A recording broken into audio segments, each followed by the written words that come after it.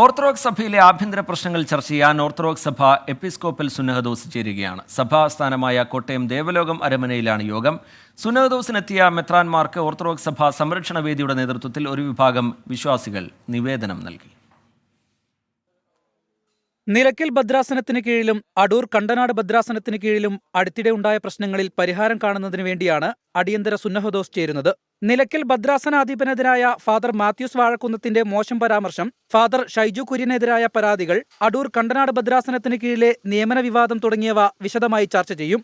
സുന്നഹദോസിൽ കാതോലിക്ക ബാവയും സഭയിലെ മെത്രാപ്പൊലീത്തമാരുമാണ് പങ്കെടുക്കുന്നത്. അതേസമയം നിലവിലെ പ്രശ്നങ്ങളിൽ അടിയന്തരമായി പരിഹാരം കാണണമെന്നാവശ്യപ്പെട്ട് ഒരു വിഭാഗം സഭാവിശ്വാസികൾ അരമനയ്ക്ക് മുന്നിൽ പ്രാർത്ഥനായജ്ഞം നടത്തി.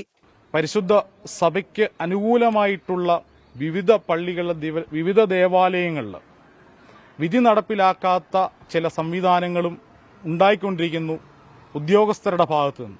ഇന്നത്തെ ഈ പോരായ്മകൾക്ക് ഒരു മാറ്റം ഉണ്ടാവണമെന്ന് ആഗ്രഹിച്ച് വിവിധ സ്ഥലങ്ങളിൽ നിന്ന് എത്തിയ വിശ്വാസികളുടെ ഒരു സമൂഹമാണ് ഇവിടെയുള്ളത്. പ്രാർത്ഥനായജ്ഞത്തിനെത്തിയ വിശ്വാസികൾ മെത്രാപ്പൊലീത്തമാർക്ക് നിവേദനവും കൈമാറിയിരുന്നു. നേരത്തെ നിലയ്ക്കൽ ഭദ്രാസനവുമായി ബന്ധപ്പെട്ട് ഉയർന്ന വിവാദങ്ങളിൽ കാത്തോലിക്ക ബാവ അന്വേഷണ കമ്മീഷനെ നിയമിച്ചിരുന്നു. ഈ കമ്മീഷൻ റിപ്പോർട്ടുകളും സുന്നഹദോസ് പരിഗണിക്കും. Toby Johnson, 24 Kottayam.